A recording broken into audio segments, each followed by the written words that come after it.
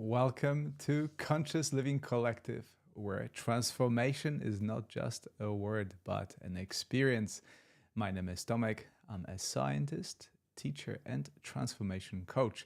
In this live session, we blend the latest in scientific research, the deep wisdom of mindfulness, and the art of fulfilled living. This is an invitation to have a direct experience, to rewrite your story, and to emerge with a renewed sense of purpose and well-being. Welcome to Monday session, Sunday evening session, depends where you are, of Conscious Living Collective. Very good to be here. And today we continue on the path of self-actualization that we started a couple of weeks ago, following Abraham Maslow in his theory of self-actualization. And I want to put it out there to you, whether it's only a theory or actually has anything to do with your daily life, because this is my purpose in Conscious Living Collective, to empower you to have your own direct experience and to put everything that we talk here into perspective of your daily life. Very practical, in a very practical way. So before we start talking, I want to welcome all the regulars and the people who are here for the first time. I can see Sandy, hello Parvane, Ali, Joanna, Phil, Jackie. I think I can see Matthew as well, just based on the icons there on the bottom of the screen. Yeah, very good bunch, I must say. If you are here for the first time, I would love to hear from you, so do introduce yourself. Okay, Phil is from Southwestern Australia. Hey, Phil, a fellow Aussie. Good to see you here. So for those of you who are here for the first time, please do definitely raise your hand, and I want to give you my particularly warm welcome to Conscious Living Collective and explain that the sessions are about having a sense of community, a sense of meaningful connection. We consider topics that are very relevant to daily life. And even though I have an academic background, I would like to keep these sessions as practical as possible. So there'll be obviously a discussion part, which I invite your participation as much as possible. That's what makes it the most valid. And there'll be the meditation part, where we sit and consider all those things that we spoke about in a quieter space. I will always guide you, and I will give you some quiet space for your own consideration. Hey, Ali. Ali believes it's her first time. Well, if it's not the first time, I mustn't done a very good job the first time, if you don't remember. So I'll try to do my best today. Hi, Vivian. Jackie from Alberta, first timer. Excellent. Good to see you here, Jackie. So for those of you who are joining for the first time, also an introduction on the theory of self-actualization. I'm sure that most of you know Abraham Maslow from his hierarchy of needs and pyramid of needs, where he basically claims that there are certain things that must be met, like the physiological needs and safety needs, and the sense of belonging and self-esteem, in order for us to live life of fulfillment, of substance. But ultimately, his research and consideration went into self-actualization. And self-actualization is something, it's a path, it's a process. It's not a kind of A to B, you are self-actualized or not, or 0-1 state.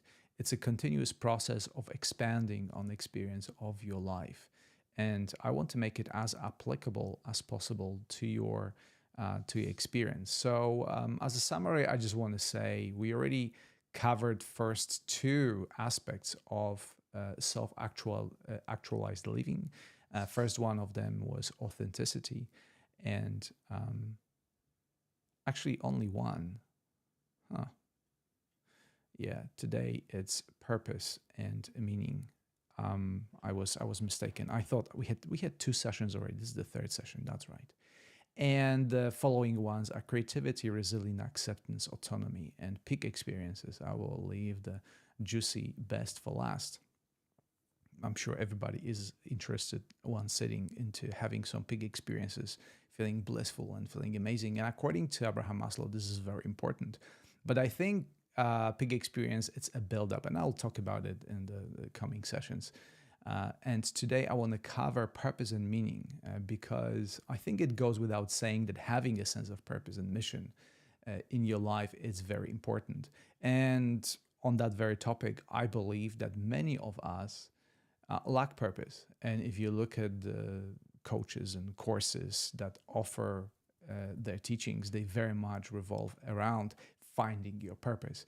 However, I want to stir the pot a bit today because I want to talk about things that maybe are not as grandiose as many people think they are. So purpose can have different meanings, and the meaning of the word purpose can have different sort of tone and valence to it. And today I want to invite you to maybe at the start come back to the time when you were a kid and your personality wasn't as established yet as it is now. I can certainly say, particularly being an academic, being a scientist, being very strong-headed with the theories and intellect, that I have a strong point of view, or my brain has a very strong point of view on the life, how it is. But as a kid, I didn't have it. And yet, I still remember getting up every single morning, feeling very, very inspired with what day has to offer. And I even dare saying that my life back then, when I had just a couple of years old, or maybe as a teenager, was much more purposeful than it is now. In a sense that my concerns were not going maybe to daily living, to my consideration how to pay bills, how to survive, how to get by, but they were full of thirst for life, for lack of better words. I still remember getting a new football. Every kid in Poland was playing football, regardless of the training and where they're going. It was just a thing that every boy did do on us, as the season allowed. And I remember getting a new ball, something I could get right now without a problem. I just go to a store and purchase one. But back then it wasn't that easy. And I remember getting up 7 a.m. in the morning, which was for me as a kid was very early. Normally 8 or 9 would be normal time when I would get up. And I couldn't wait to take that ball and just kick it and just play with it. And I bring this memory to share with you because that was an example of very purposeful life. And when I think about that situation, that one example of feeling the purpose in my life, it has nothing to do how I live my life now. If you ask me now I'm going to go to a store or someone brings me a ball and I get to kick it, there'll be no purpose in it. There'll be no excitement, nothing at all. So what happened between that little boy that was getting up every morning excited what life will bring to right now where when you consider purpose, it's something very grandiose. It's related to your to your talents, and it's related to something big, something that potentially you can do for the rest of your life, and spend every minute inspired and excited.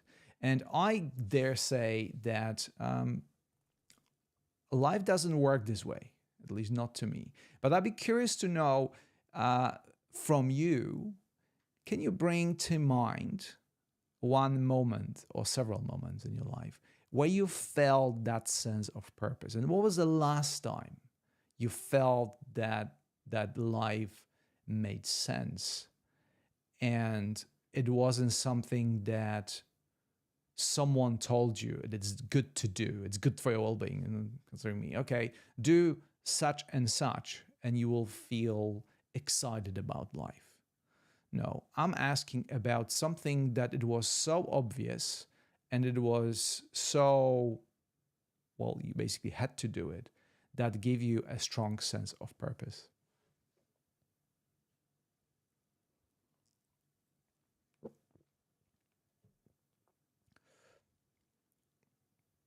Hi, Lais from Brazil. Good to see you here. Ali says, no, I feel like it's been a while.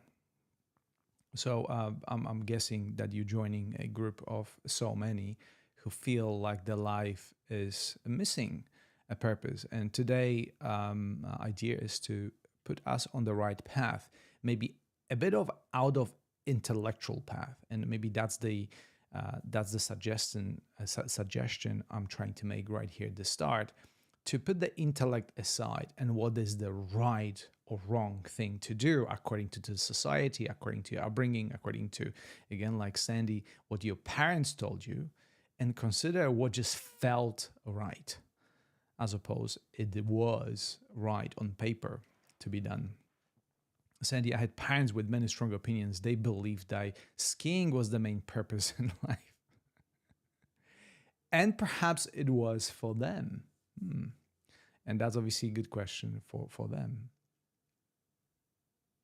Iris, when I went to an arts course for amateurs, I think that's a very good pointer in our conversation. Thank you, Iris, for sharing that. That having purpose in life, particularly on a daily basis, has, as Maslow puts it, to do with a freshness of appreciation.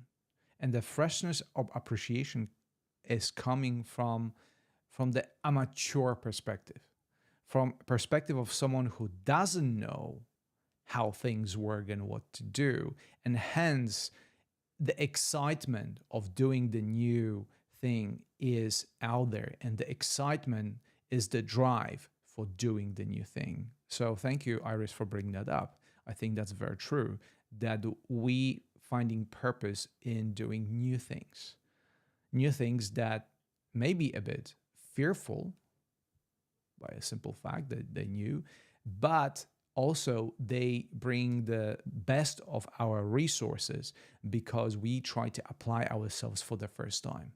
That's why they call, sometimes they talk about beginner's luck. And I understand beginner's luck not as a luck thing, but simply every beginner has much more motivation on average, than any person that has been doing a thing for a long, long time. I wonder if you agree with me, though. This is just my theory. Arlena says, my 4 years in college, loved academia. Fantastic. So what happened since then, Arlena? I'll be curious to know.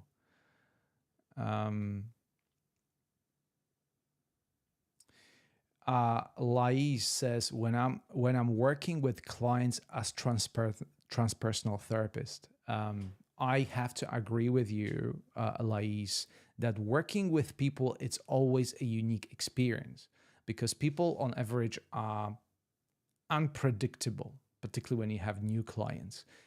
I myself work one-on-one and with clients on various personal topics. That's why at the beginning of the session I say, always try to find a description for my job, but I call myself a transformation coach. I would say transformation facilitator. With transformation, it's a personal thing. And I would agree with you that this brings a lot of purpose and meaning because interaction with human consciousness, it's always something that is very fascinating. It's always very fresh.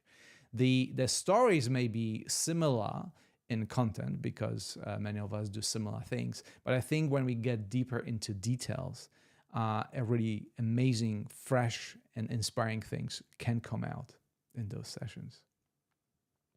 Jay, my main purpose as a young adult, being at the top of my class. Not forced by parents, but perhaps cultural influence. Love learning and getting good grades. My children think I'm a nut. Thanks, Jay, for sharing that. This is another great point that I must say it resonates with me personally because for those of you who know me, I'm a bit competitive. I cannot um, I cannot lie. I play a lot of competitive sports, and it's always a source of inspiration to well, to some extent win, but also to excel in something. When I try to analyze my competitive tooth, so to speak, I always think about excelling and mastering a skill that gives me a lot of purpose. And certainly, I remember getting when I was in primary school in a small village, small Polish village. It was very easy to get good grades, and I found that when I went to school to the city, so to speak, it was much more difficult to get those better grades. But that inspired me ultimately, for good or for evil. Quite frankly, I'm not sure it was the best motivation ever. But if I look back, even the motivation was slightly misguided. I think I came to where I needed to be. And I become, I wouldn't say obsessed with good grades, but definitely good grades had a meaning. I can imagine now from the perspective that it was definitely the conditioning that given by the society and people telling you, if you get a good grades, you can go to good school, you can apply for scholarships, you can go to med school, which I wanted to do, and so on and so forth. But yeah, I agree with you, Jay. So thanks for sharing that.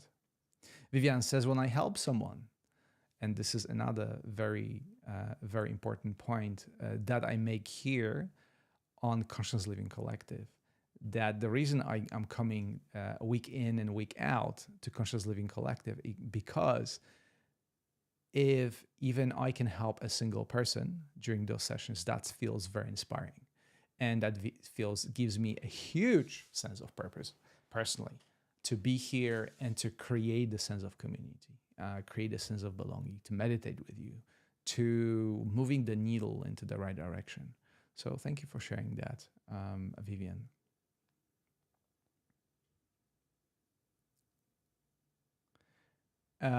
Jackie, I'm right at the point, feel no purpose when it comes to career change. I have been in my job for over 20 years and nervous and beat myself up because I feel there's nothing out there at my age, if that makes sense.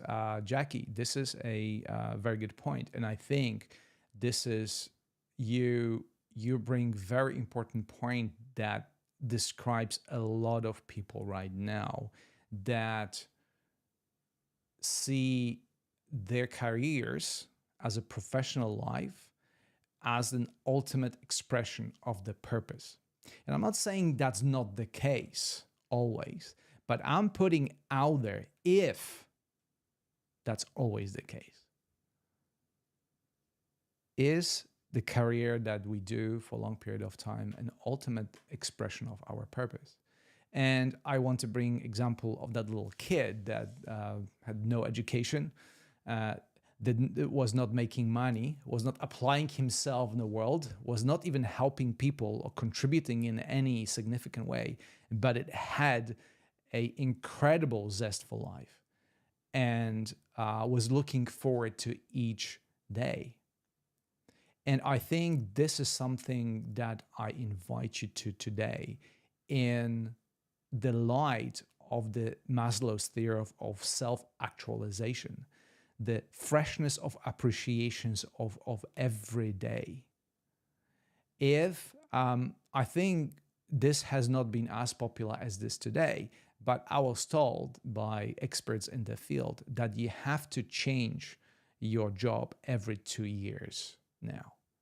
It is, you have to, it is advisable if you need to, if you want to progress, if you want to stay on top of your field, because doing something for the first time even if it's a similar position but in a different company, working for a different firm, will bring that sense of excitement, even though not long lasting, but nevertheless.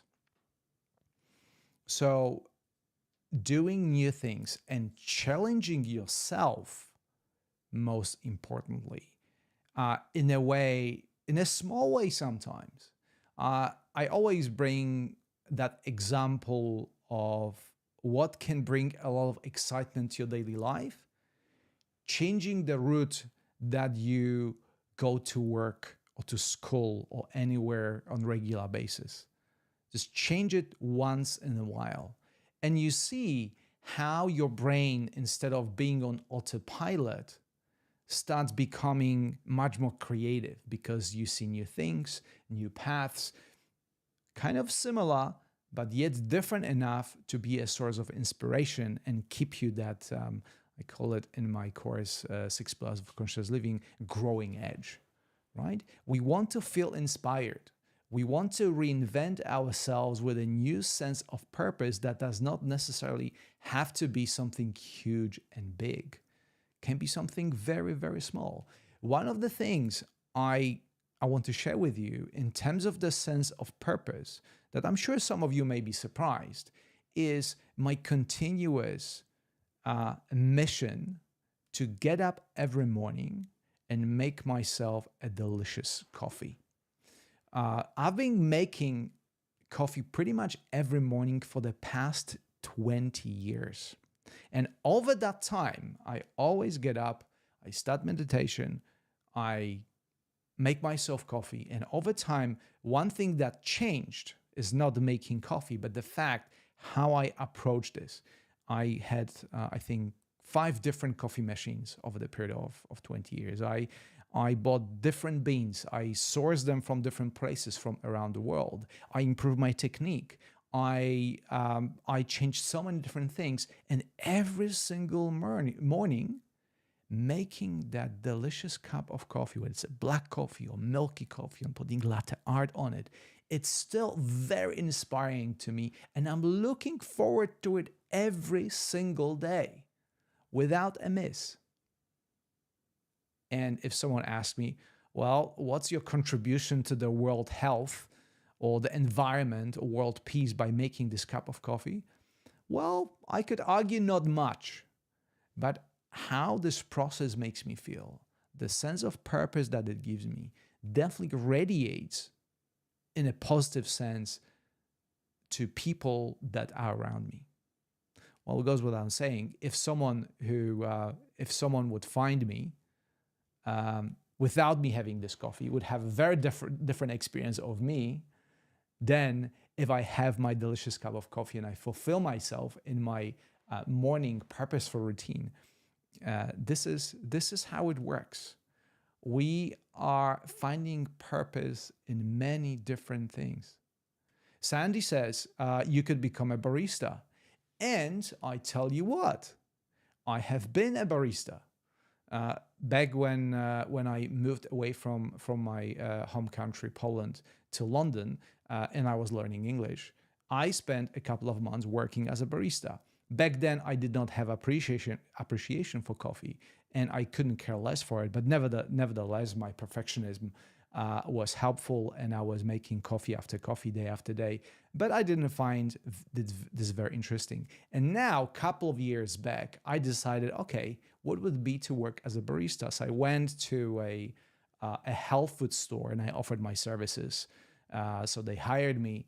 I'll tell you what, if you do something, first of all, for money, and second for all, you're being pressured by achieve certain standards. In this case, for the shop, the profit was the main goal. All of a sudden, the joy of making coffee and connecting with people disappeared. It was not there. And this is what I'm talking about. When you're a kid, you do not think about, oh, I can imagine most of kids don't think about money the same way as adults do. They don't think about how they apply themselves, what difference they will make. But what is the main factor or driver of the behavior is having fun, having the experience itself. So they do it for the sake of joy and experience. And I think as adults who over intellectualize the whole concept of purpose and meaning and self actualization, this is very important to consider. What is the driving point of your actions and your behavior? Is it something that is written somewhere? Is it something that somebody told you? Once again, is it the thing that is right or wrong to do? Or is it something that you enjoy yourself?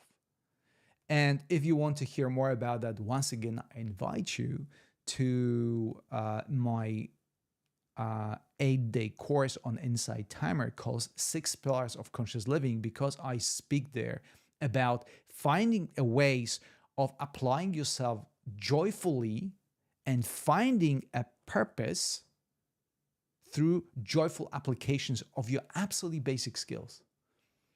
Taking intellect completely out of the picture for a moment as an experiment, and you might find yourself surprised what you will come up with. Okay?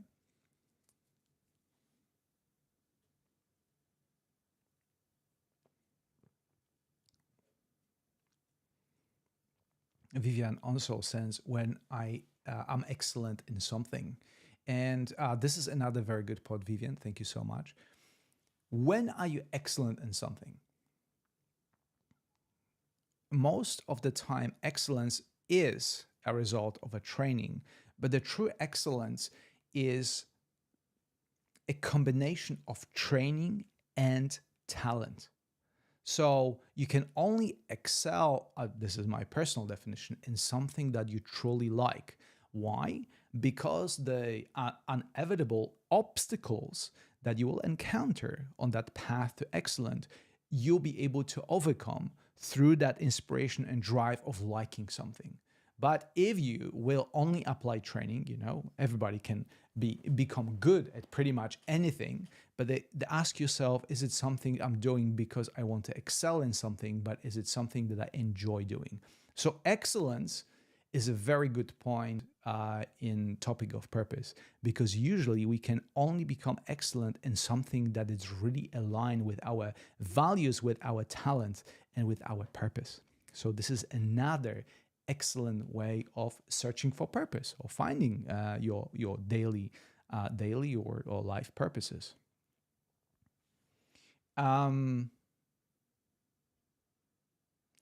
Ali says, when I assisted at rallies to stand for our freedoms and raise awareness. And this is another great example that some of us, and I applaud you, come together and stand up to our rights and what's important for our society, not only for us as individuals. And I think that's that's the whole point of democracy, right? To continuously reevaluate our purpose in the light of our contribution to the society. But again, it cannot come from something that is superficial. Oh, it would be a nice thing to do. You really have to feel it. And that's why not everyone can feel fulfilled through that.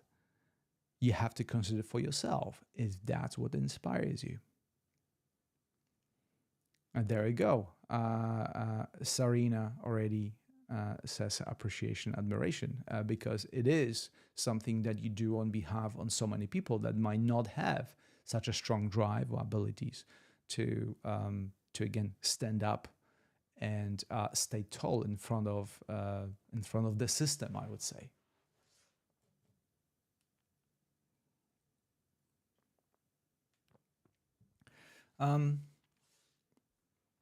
So this is certainly a very big topic of purpose, and I'm not here to tell you what your purpose is. I'm simply trying to point out the directions along which it is much more likely that you will find your not life purpose, but the purpose of living. And according to one of my favorite authors, Robert Monroe, who has written Journeys Out of the Body, he become an explorer of out of body experiences and explore the reality outside of our physical world. His affirmation, I mean, we are more than physical body because we are more than this physical matter reality, still inspires me. And one of the things that he described in one of his adventures that again led him outside of the realm of the physical realm that we all experience on a daily basis was this one consensus reality, as he called it, when he had a chance to be in the presence of say the species that, unlike us, were not as mobile, so they were still in a physical form. That physical form was very different, and he said that the purpose of being on Earth, something that most of us would even consider living the way we live, was simply to experience movement of your hand. Experience the fact that you can control with your mind, if you will, the movement of your physical body. So the human incarnation in itself can be extremely purposeful thing for someone who never had that experience. And that's why, again, point in the case, when we are kids, we enjoying our bodies so much. Look at the little kid. They don't have to make money. Little babies. They just have so much fun exploring every single movement. Crawling, standing up can be a very exciting and purposeful activity. And I think this is where I'm going with it. And according to Maslow, that you could, the freshness of appreciation of activities that we perform on a daily basis. I still can surprise myself how I have control if I pay attention to it and I bring it to my awareness. It's still a pretty incredible thing. The fact I can control movement of my body with my thoughts. Something that I understand many of us would not even consider. And nevertheless, it's a pretty fascinating thing to ponder upon. That there are people that spend their lifetimes trying to create machines that make this very uncoordinated movement, and they found it very difficult. And yet they have at their disposal, they have this incredible system that is thought responsive. You can move your body in a way you wish. You can breathe in, you can breathe out, you can perform all those activities. This in itself is an incredible purpose of this incarnation. But again, from the intellectual point of view, this might not feel this way because we are conditioned to consider only the grandiose things as a things worth purpose or being purposeful enough.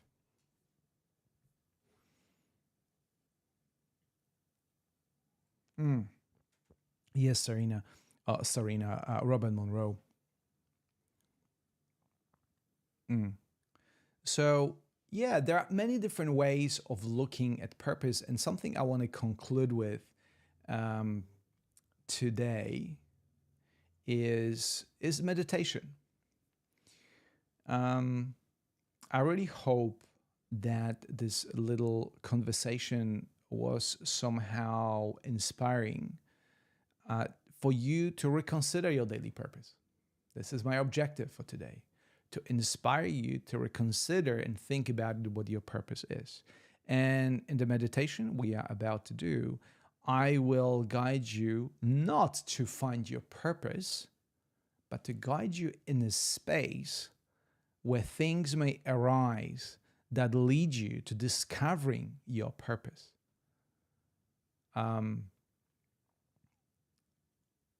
I think it was Carl Jung who said, it's not about discovering new horizons every single time, but developing new eyes.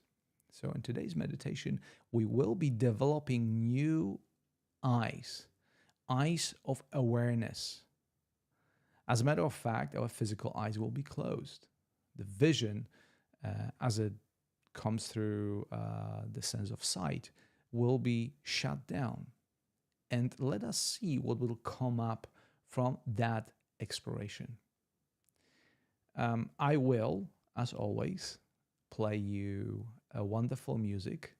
And today, one of my favorites, guy who music I use in most of my guided meditations, and also our own inside timer musician, Chris Collins. And his blissful healing and sleep with binaural beats. So we'll be having also, for those of you who are wearing headphones, you'll be able to experience hemispheric synchronization the technology that helps us to align our brainwaves in a certain state to support our process. Okay.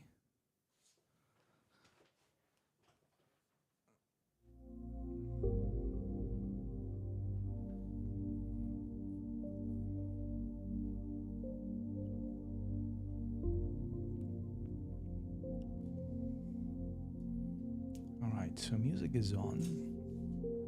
I will switch the screen to the meditation screen so you don't have to stare at me.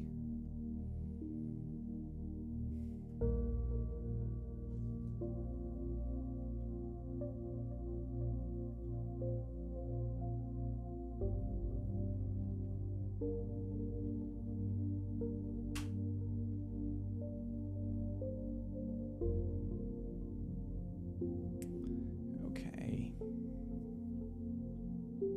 Here we are.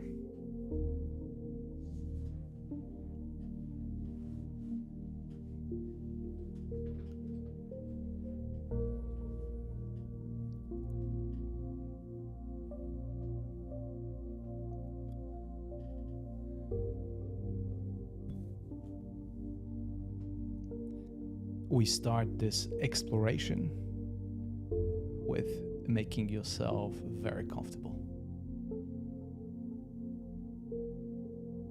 Sit upright, your back straight and not rigid. Rest your feet on the floor. Put your hands in your lap.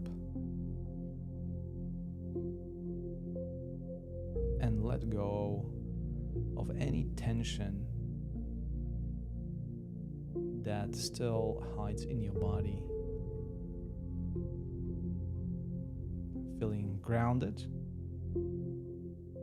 feeling centered to the best of your ability. Allow your eyes to close and acknowledge your physical body as the vessel of the consciousness that you are. We are more than our physical body, and yet our physical body is such a wonderful avatar that allows us to experience physical world in the wonderful and mysterious way that we very often take for granted. So right now, acknowledge that your experience in consciousness is facilitated by your physical body.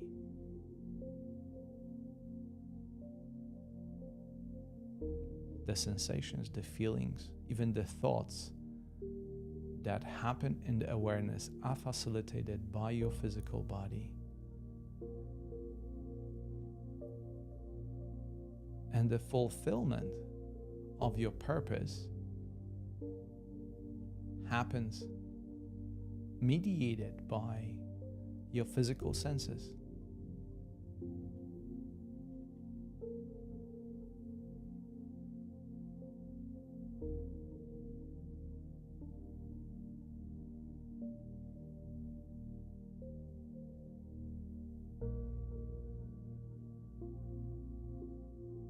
Connect with your breath.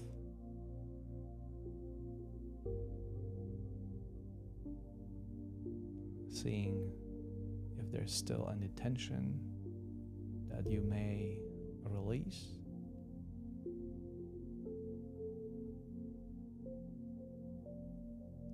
allow your breath to flow freely, I suggest breathing in and out through your nose during the period of this meditation.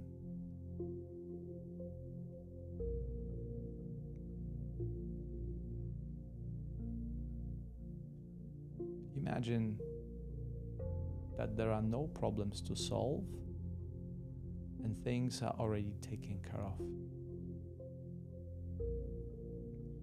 Your body and mind function beautifully and wonderfully. And you allowing yourself resting in awareness of all the processes that are happening within you on a physical level, and everything that happens on a level that is not physical and perhaps much easier to perceive, and yet very real.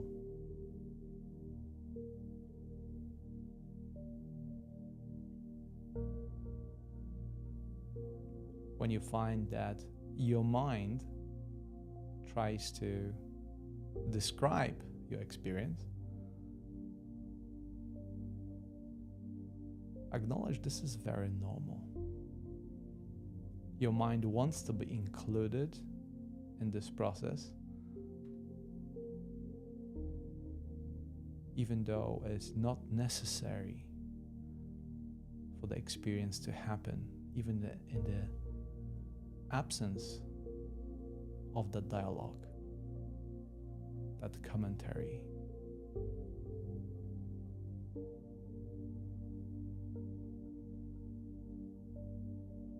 So when thoughts appear, acknowledge them, but do not let them to drive your experience and be in the center of your experience. And do that by returning yourself to the open awareness that is where experience happens. The thoughts, the emotions, the feelings, and things that your mind cannot classify.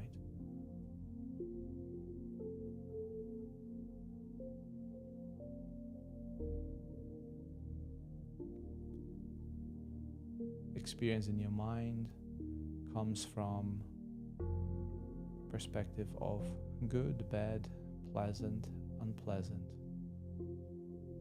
The experience in your awareness is already fulfilled. It's already purposeful.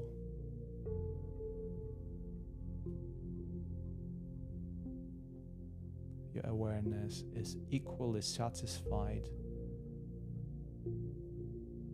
with experiencing your thoughts, your emotions, your body sensations, the life itself.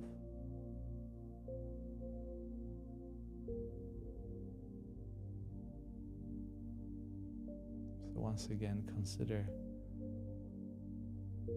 what will you experience if there are no problems to solve.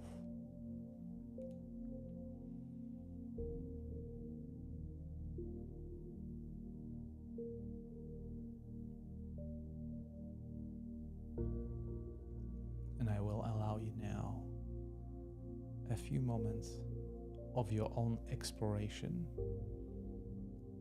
as I stand by your side holding the space.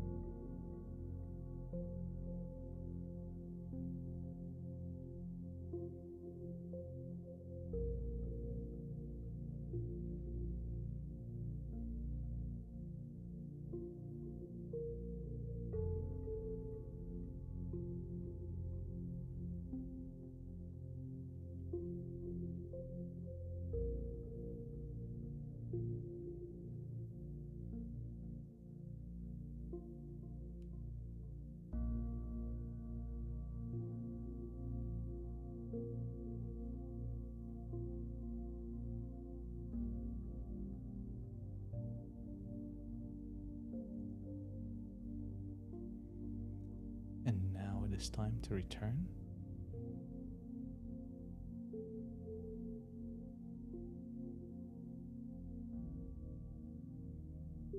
Begin reconnecting with your physical senses.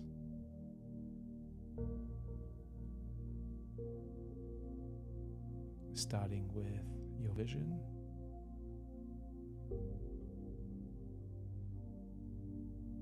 Through your closed eyelids, consider brighter and darker spots.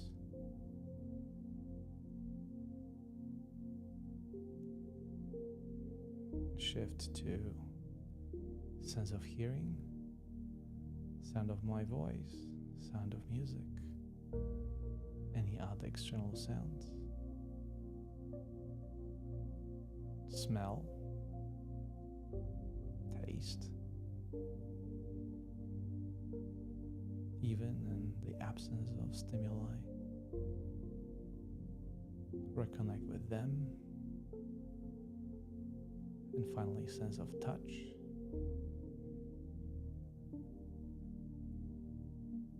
Consider boundaries of your physical body as you perceive them, how you connect it with the space around you.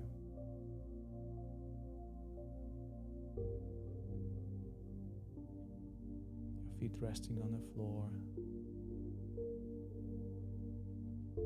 And add the so-called sixth sense, which is your thinking. What is the experience of your mind right now? Ask yourself, how are you feeling in this very moment? Is your mind satisfied with this experience?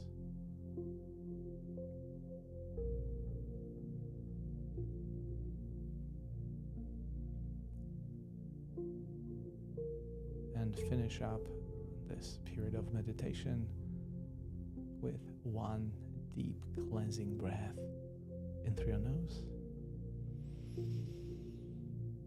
and out through your mouth.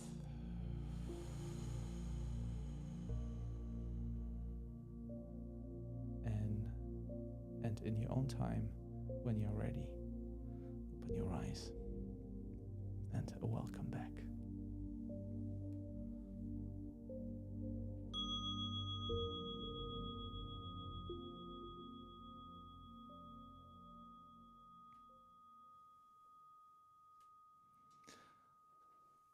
Thank you so much for meditating with me. It's always such a joy and pleasure. Feel free to type in the comment section if you had any particular experience that you wish to share with all of us. Conscious Living Collective is about direct experience and sharing it with like-minded people, i.e. you. For me, it was very deep and fulfilling experience. It was much easier, thanks to you, to simply observe my thoughts. And I think I included that in my guidance, where thoughts no longer dominated my experience, but they were just a description of something much deeper. And I certainly felt very fulfilled. It felt very purposeful, even though there was a period of silence. So maybe a very deep question: can silence be purposeful? Something for you to consider for your next exploration period. Nola, wonderful to be totally in the moment and finding purpose and fulfillment in being. I couldn't put it better in myself. Thank you so much, Nala. Like boats on the river, I think Sandy refers to one of my meditations when I ask you to visualize thoughts as boats on the river, passing from the left to right or from right to left. I don't remember. Thank you so much, Jackie, for being here. So for those of you who enjoyed our discussion on self-actualization in the view of Abraham Maslow, I want to invite you to Wednesday or Tuesday afternoon session during which we will consider creativity as a important aspect of self-actualized people. So feel free to sign up for the session by going to my profile and following me there. I will post it very soon, and you can already mark it in your calendar the same time on Wednesday if you're here in Australia, or Tuesday evening if you're in the US. Also, for those of you who wish to support me in a different way, I offer a Patreon program. And for those of you who don't know what Patreon is, Patreon, it comes from, the concept comes from actually ancient Greece, where the artists, and that obviously the purpose was not the physical labor, but it was art and creative expression, had they patrons that supported them in a way they can fulfill the purpose. And my Patreon program is very much of that kind. So exchange for your support, I offer weekly classes and weekly gatherings where we discuss topics like we do here, but we do it on Zoom. So I call it the inner circle experience, where we see each other and the discussion goes much deeper in details, and it's much longer than the sessions of Conscious Living Collective. So if you think that you are ready for that, feel free to consider that by going to my profile, checking my website, and the details are there. Thank you all for your very kind donation. Thank you, Sandy. Donations support me in a financial way, will allow me to continually streaming those sessions and paying for bandwidth, paying for the equipment, and covering my daily expenses, which I don't want to make the purpose of my living. I definitely want to focus more on connecting with you in a meaningful way. So each of you who support me by creating donations will make it that a little bit easier. So I want to say I appreciate that too. But what I appreciate the most is obviously your presence and your attention, because that's the mental currency, that's the most important thing in this physical world. Not the stuff, not even financial support, but your attention. And I certainly could do without your donation, but I cannot do without you being here. So I want to acknowledge that and thank you for your presence here today and for your attention. So our discussion will continue on Wednesday. It will be on creativity. I look forward to connecting with you then. And I will leave you with Chris Collins and his Blissful Healing. Thank you, Chris, for allowing me to use your music in our sessions. Thank you, Parvane. Always good to see you here. Thank you, Jackie. Thank you, Serena, and all of you for your contribution, for your presence. See you next time.